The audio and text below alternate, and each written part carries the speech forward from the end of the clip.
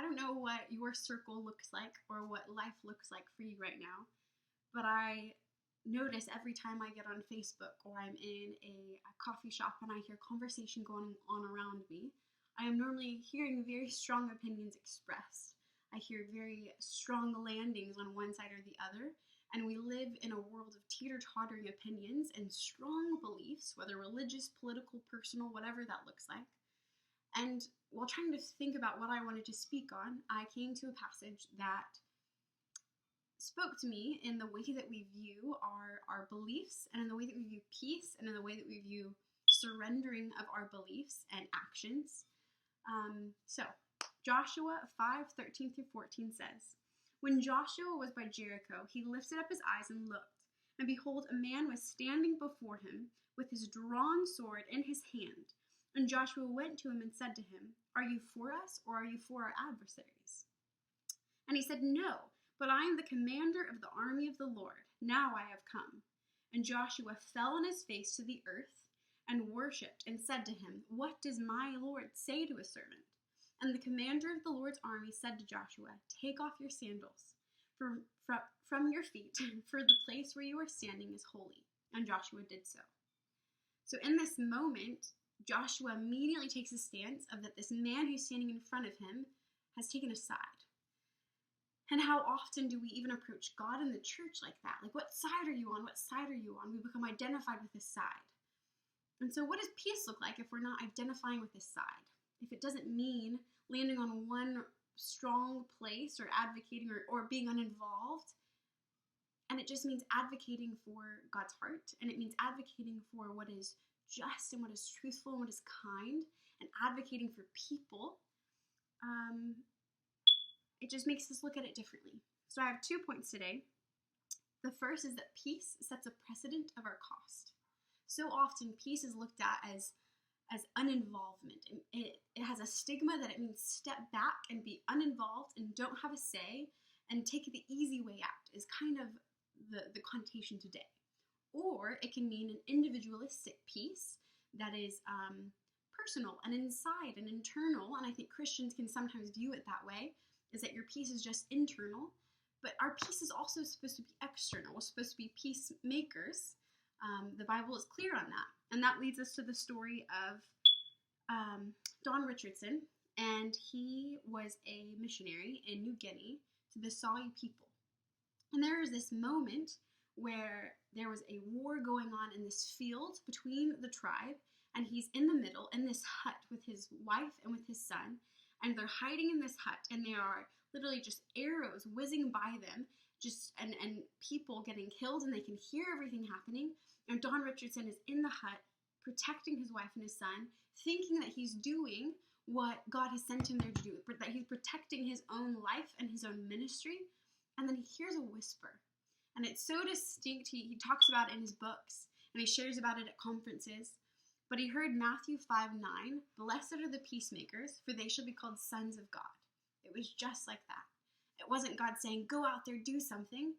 It was a gentle nudge from the Holy Spirit saying, "I've asked you and I've called you to be a peacemaker."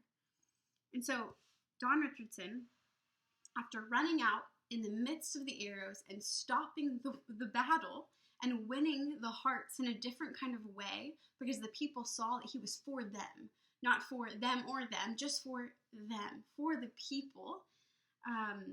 He risked his life for them, but he ended up saving so many just because he listened to the Lord. And it costed him a yes. Don Richardson comes to the conclusion after having time to reflect back on that moment, and he says, "Peacemaking is one of my tasks. I concluded. And what basis do I have to expect such a profound obligation to be easy, painless, riskless? Perhaps every genuine act of peacemaking must, of necessity, entail risk for the peacemaker." Similar to this, we see that God required Joshua's obedience in so many different ways throughout Joshua. He required his obedience just a couple verses before this to get the circumcision of all Israelites. I cannot imagine the process of that. And just the obedience and the leadership that he'd have to take to make that kind of command. And Joshua obeyed immediately. And then we see Joshua's obedience immediately after the fall of Jericho. Right after this, it goes into the chapter of the fall of Jericho, and it starts with Joshua meeting God in this intimate place. Whenever Joshua is crying out for, what does it mean to bring peace? Like, what does it mean to not take a side? And he encounters this man who says, I haven't taken a side. I'm of the Lord's army. So that leads us into this next point, talking about God's presence and what that does in our mindset of peace. The second point is that peace sets a precedent of God's countenance. This is dual because countenance can mean one of two things. It can mean that someone turns their face towards you as a position, or it can mean that your face and your character are literally being mirrored off of another person. So that takes us into just two parts of this point. The first is that we start to look at him. And this is the place that peace takes us. When we're searching for peace, it causes us to look at him and see what God did, see what Jesus did. It causes us to get into this place with him and wonder, what were you doing in this moment? What would you do in this moment?